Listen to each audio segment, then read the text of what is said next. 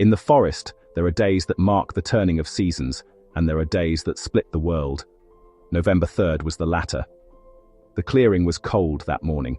A silver mist lay over the moss and bramble, thick as breath but still as death.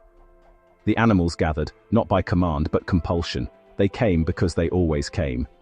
It was the day of choosing, though none agreed on what exactly was being chosen, or by whom.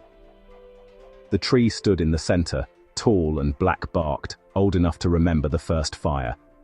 Some said it had grown from the bones of the first wolf. Others claimed it had fallen from the sky. But what mattered was this. When the tree bloomed, a choice had to be made. This year, the bloom was different. One fruit, bright as flame, one, dark as shadow. The owl said they represented wisdom and fear. The jackal claimed power and illusion. The lamb had stopped trying to name them years ago. But still, the creatures circled, watching the fruits shift in the mist, each convinced they saw clearly. Each certain the others were deceived. The serpent was already there, curled around the root line like a necklace laid at the base of a blade. He didn't speak right away. He didn't need to. His presence was enough to pollute the stillness. "This is the threshold," he said, eventually, his voice low and cool. "You may not know what you're choosing, but you will know what you've chosen." No one answered him, but they heard. He was not lying after all. He never lied. He only positioned the truth where it hurt the most. It was the raven who moved first. He did not vote. He never did. But he circled overhead in a wide, slow arc, watching the shapes form beneath him. The bear shuffling in heavy silence, the goat muttering about law, the vulture grinning as she always did when the wind smelled like endings. And the fox, of course, who had arrived early, sniffed both fruits and already decided which one was easiest to sell. Each animal made its choice. Not aloud, not even in gesture. But something passed between them, some shared moment, old as covenant and just as fragile, when the fruit was touched in silence and the path was set. That was when the tree changed. No sound, no shake, just a slight shift, like a gate clicking shut in the dark. "It is done," he said. "Now comes the remembering." The fall did not come with thunder. It came with a tearing at the seams of the familiar. Trails that once led to water now bent back into thorns. The sun rose sideways. Words changed their meaning in mid-sentence. The deer forgot where her fawn had hidden. The hawk attacked his own shadow. The wolf started praying. Some said the tree had been poisoned. Others that the serpent had whispered too loud. But the old ones, the ones who still remembered the fire before language, they knew. The tree did not choose. It revealed. And what it revealed now was fracture. The fruit had been taken. The veil had thinned. And no matter what followed, there would be no return to the hour before the choice. The raven landed at last, digging his claws into a branch just above the serpent. "The fruit was always meant to fall," he said. "You know that." "Of course," he replied. "It's the only way the seeds get planted." And far off, beyond the ridge, thunder muttered without rain. The snow had hardened overnight, layering the forest floor in a brittle crust that cracked beneath even the lightest paw. A cold sun hung low in the branches, its light fractured by ice and limb, casting broken patterns across the clearing. By the time the 12th hour of the 12th month had passed, the air itself felt held in suspension. And by the 14th day, everything had gone quiet. Not peaceful, just hushed, like the breath before a name is spoken. There were no signs posted, no horns blown, no assemblies called. Yet the creatures came. They knew. Something in the old patterns had stirred. Not an ending, but a finalizing. The decision had been made already. This was the sealing of it. The tree in the clearing, a different one from before, stood watch beneath a sky that seemed too pale for winter. This was the witness tree, the one that held what the others refused. Its bark had been etched by unseen hands, not with letters, but with forms. 8 concentric rings, faintly scorched into the trunk, pulsed gently in the light. 26 branches arched from its crown, reaching in all directions but pointing to no center. In its shadow lay 14 stones, half sunk in the ice. The numbers had no mouth, but they spoke anyway. The lamb arrived first. He walked slowly, as though through water. At the edge of the tree's shadow, he paused and lowered his head. Not from submission, but with the weary dignity of one who had nothing left to offer but presence. Behind him came the jackal, snout lifted, sniffing at the cold. "There's something off," he muttered, eyes tracking the patterns in the bark. "What do you see?" asked the owl, who had landed silently behind him. "Numbers," the jackal said, "but backwards." "No," the owl corrected, scanning the lines with narrowed eyes. "They're inside out." The jackal gave her a sidelong glance but said nothing more. Meaning wasn't the point. The message was meant for those who could already hear it, and the ones who couldn't wouldn't be convinced anyway. There was no ritual to perform, no oath to swear. You were marked not by action, but orientation. The division had already occurred. It only needed to be sealed. The seal wasn't a brand nor a banner. It didn't glow or burn or show itself. It passed silently, from eye to eye, gesture to gesture. Some had it, some didn't. No one announced which was which. At the base of the witness tree, a hollow had opened, slight and smooth as though carved by time itself. Those who stood closest said they heard a whisper, not words exactly, but a sound like the pages of a heavy book turning in a wind that hadn't begun. From his perch above, the raven made a low sound in his throat, not quite a caw. He circled once, then again, casting his shadow over the tree and those who stood near. The light bent strangely when he passed. No one mentioned it. They rarely did. Beneath a nearby rock, the serpent stirred. He'd been there since nightfall. He spoke as if continuing a conversation that had begun long before. "It's begun," he said. "What has?" asked the hare, who had arrived late, breath fogging the air. "The remembering," the serpent replied. His eyes did not blink. "Those who can see it are already marked. The rest will catch up, or they won't." The hare said nothing, and after a long moment, backed away. The seal, the doorpost, the book, these were not things anyone could hold or even find. They unfolded inward. The markings weren't visible in the fur or feather. They moved beneath them, pressed into the soul like a watermark. And once marked, there was no unmarking, no switch to flip. The line had been drawn, though no one could say where. Far off, a single crack echoed through the trees, a branch splitting perhaps, or a sign. Still, no one left. The weight of the day wasn't in its drama, it was in its division. Everyone had shown up looking for confirmation, most left with only silence. That night, the snowfall covered all prints leading in and out of the clearing. By morning, there was no trace the gathering had happened at all. But the book had turned a page. Whether the names were written in it was no longer up to them. The 6th day of the first month came cold and bright, the kind of winter clarity that makes shadows sharper, not shorter. Snow still covered the upper ridges of the forest, but in the clearing the ground had thawed just enough to reveal the scars of earlier gatherings, flattened grass, the memory of footsteps, scorched bark. The creatures returned again, not in reverence but in tension. This was no ordinary day. It was the day of trial. Not all believed in the trial. Some called it spectacle, some called it ceremony, and most pretended not to care. But they came, all the same. The pattern had already been established. The 3rd day of the dead month had set the choice in motion. The 14th of the 12th had sealed the division, and now the 6th, when added to the 1st, gave 7. Completion, or exposure. The court had been prepared.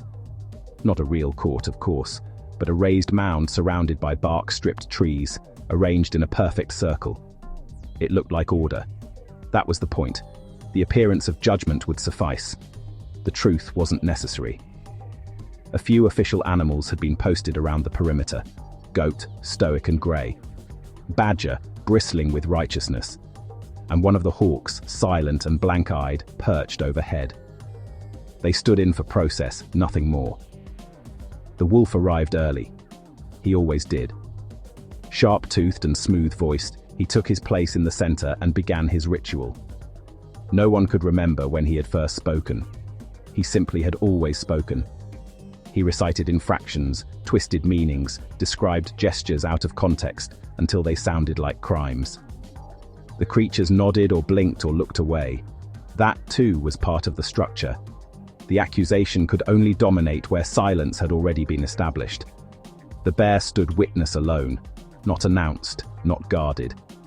He stepped into the circle quietly, as if he had expected this moment for some time. He did not bow. He did not defend. He only stood, and in standing, he unsettled everything.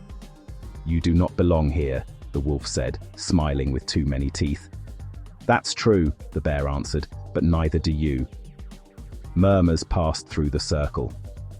A few creatures stiffened, not because they disagreed, but because the words had landed too cleanly. The court was not meant to hear such things spoken aloud. The goat banged his staff against the stone. "We are here to confirm the law," he barked. "There is no law here," said the bear, "only its costume." Above them, the raven passed once overhead, casting a crooked shadow. He did not land.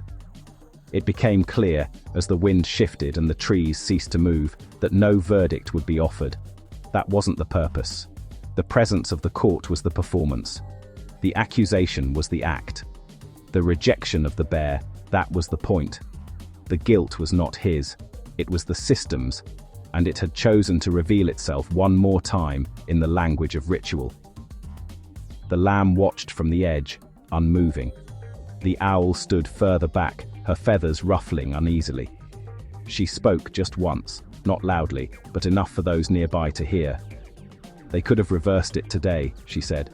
"This was their last chance." "They never intended to," said the fox beside her, eyes narrowed. "That was the test." At the base of the hill, the serpent lay beneath a patch of bramble, his tongue flicking at the scent of drama. "Every court reveals itself by what it refuses to see," he said. By late afternoon, the circle began to dissolve. The official creatures wandered off in pairs. The wolf returned to his den, already rehearsing new charges for another day. The court had done what it was meant to do, not to deliver justice, but to expose its absence. Only the bear remained, standing alone in the place where he had been condemned. He did not plead. He did not retreat. He had said what was needed. And that was enough, for now. Later that night, the creatures spoke in hushed tones about what had happened. Some claimed it wasn't real. Some said he had embarrassed himself. But others, quietly, carefully, began to repeat his words. The trial had not been for the bear. It had been for them, and they had seen. No sentence was issued, no order given. But the forest would not forget that on the 6th day of the first month, the court had stood, the accusation had spoken, the bear had been rejected, and the truth had gone unanswered. That was the shape of judgment. Not fire, not thunder, just the silence after a voice has told the truth, and the world has looked away. The book turned another page, and somewhere, far from the clearing, the wind began to shift. The 20th day of the first month arrived cloaked in formality. The snow had settled like a polished sheet across the forest floor, and above it, everything looked ceremonial, deliberate. That was the point. Nothing was spontaneous on this day. Every movement, every symbol, every echo had been arranged in advance.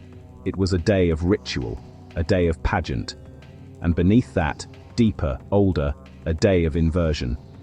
The throne had been prepared for days.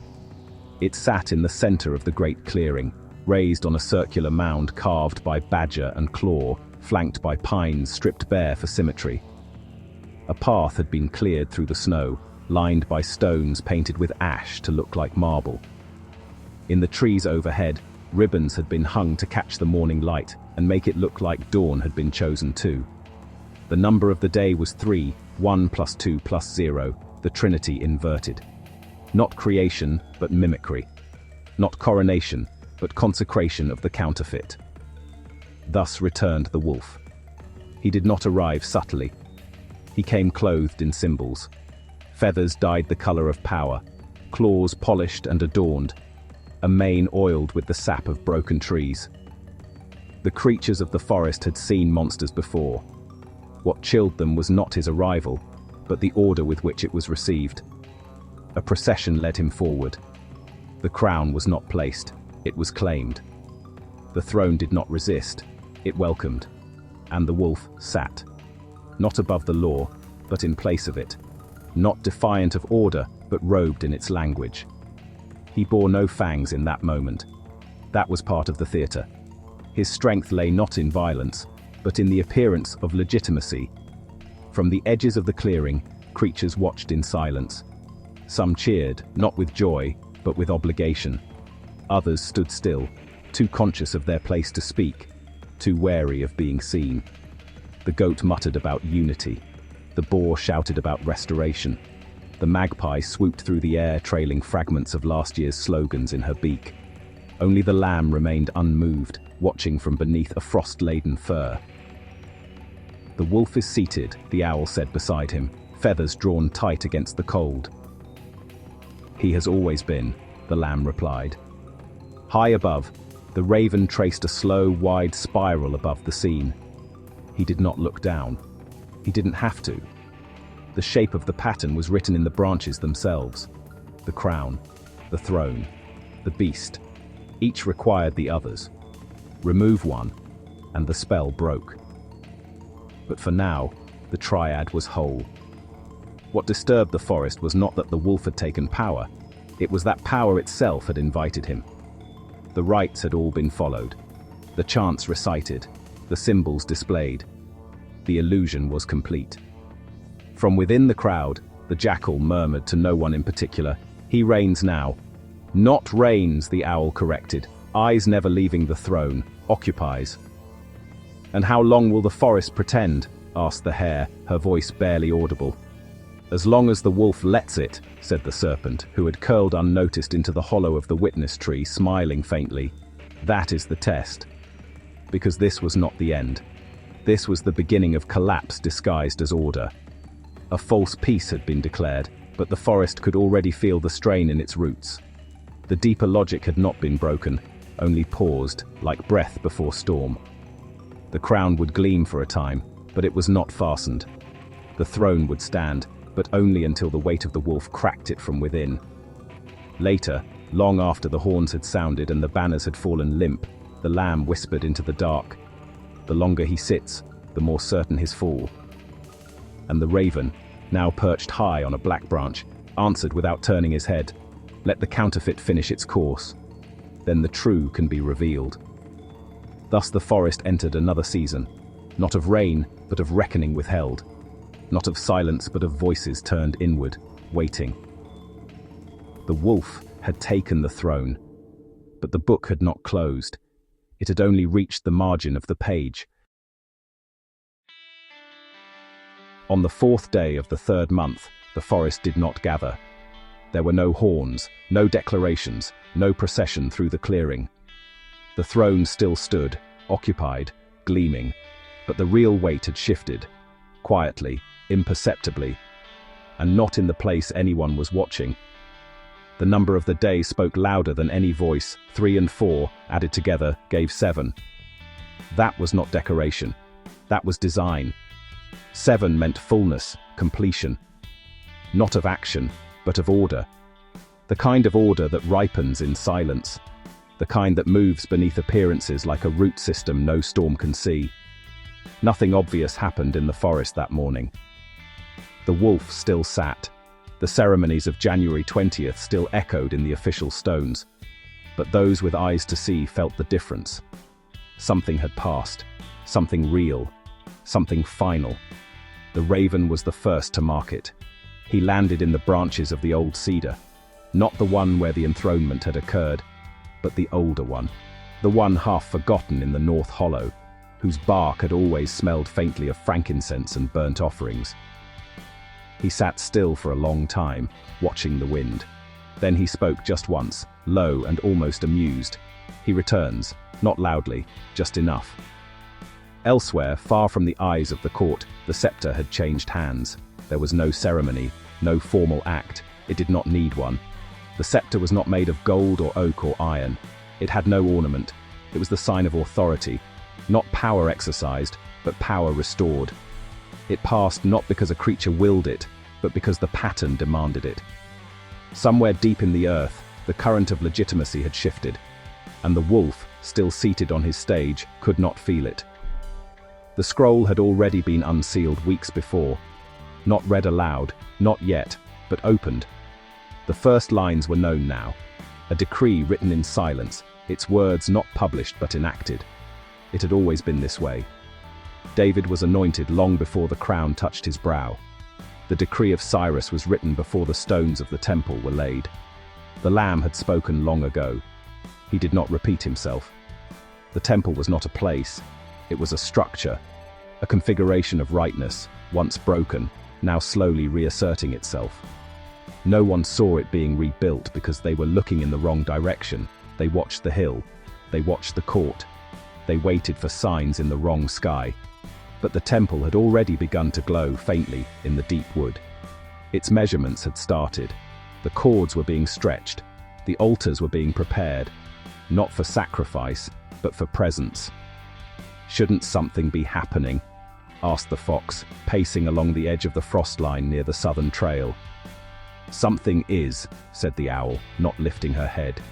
"You just don't understand what kind." From a hidden place beneath the old stones, the serpent hissed through a smile. "They always expect thunder," he said, "but authority doesn't shout. It settles, like dust, like seed." The jackal growled low. "Then how will they know?" "They won't," said the owl, "not until it's already done." The day passed without trumpet. That was the point. The wolf reigned still, but the stage beneath him had begun to rot. Hairline cracks in the structure. Nothing visible yet, but the smell of mold in the throne room air, undeniable to those who remembered the scent of sanctity. By nightfall, the forest had not changed, but the air felt different, as if something true had returned and taken its place, not atop a pedestal, but beneath the floorboards. The counterfeit continued its drama, but the lines had gone stale. "The scepter is held," the raven said before sleep. "The scroll is open. The temple breathes." And though the world did not yet bow, the forest had already begun to bend, quietly, inevitably. March 4th was not a reversal. It was not even a declaration. It was alignment, a click in the divine mechanism that signaled the gears were turning again, not forward, not backward, but true. The restoration had begun. By the time the 13th day of the 8th month arrived, the forest had already gone quiet in a different way. It was not the silence of fear, nor the hush before judgment, but something harder to name, recognition without announcement. Something had shifted, not above, not beneath, within. The wolf still sat on the throne, still barked decrees into the branches, still summoned courts and scattered proclamations like seeds on stone. But the forest had stopped listening. The birds no longer repeated his words. The trees no longer bowed when he passed. Even the wind refused to carry his name. The throne, untouched, was now empty. None of the creatures knew the exact moment it had happened. Only that when they woke on August 13th, the air felt aligned again. Not restored, not yet, but claimed. There was no procession, no coronation, no grand sign. Just a deep internal order settling into place. The way a wheel clicks into the groove it was meant to follow. The lamb was not seen that morning, but he was no longer missing. He had not retreated. He had ascended, not into distance, but into rule. The change was not outward, it was ontological. The forest now moved in time with him, and the wolf, for all his display, no longer mattered. Some said he had entered the cloud that still lingered above the ridgeline, bright, motionless, full of light you couldn't look at directly. Others whispered that he had taken the mountain, that place long feared and long awaited, where no creature could walk unbidden. But wherever he had gone, the effect was felt everywhere else. The garment had changed. That was how the owl put it. "So he's gone?" the jackal asked, blinking upward. "No," she said. "He's enthroned." There was no crown to see, but the scepter had been extended, not seized, not shown, just held, with the effortless authority of one who never needed permission. The scroll, once unread, now moved in the minds of the watchful. Its words were not published in stone or horn or fire. They were understood, and that was enough. "The temples opened," said the raven from his perch above the eastern pass. "No walls, just welcome." The fox, who had once served every power that rose, now sat quietly by the old tree at the edge of the field. He said nothing. He understood what had happened, but for once had no words for it. "The wolf still sits," muttered the boar, confused. "Let him," said the lamb's voice, though none could say from where. "He reigns over echoes. I reign over the living." And with that, the split was complete. The external structures remained: throne, law, spectacle. But the forest itself, its breath, its pulse, its memory, had shifted allegiance. The sun moved differently through the branches now. The roots spread wider, the rivers curled back toward ancient paths, slow and certain. Something in the bones of the world had realigned. This was not the day of reversal. That had already begun. This was the day of enthronement. Veiled, yes, but not in weakness. Concealed not to preserve mystery, but to separate sovereignty from visibility. The wolf still ruled the image. The lamb now ruled the real. August 13th marked nothing on any official calendar. But from that day forward, those who followed the lamb no longer feared delay. They stopped waiting for signs of legitimacy. They walked in it. The visible world had become a mask. The kingdom had already come, and the forest obeyed.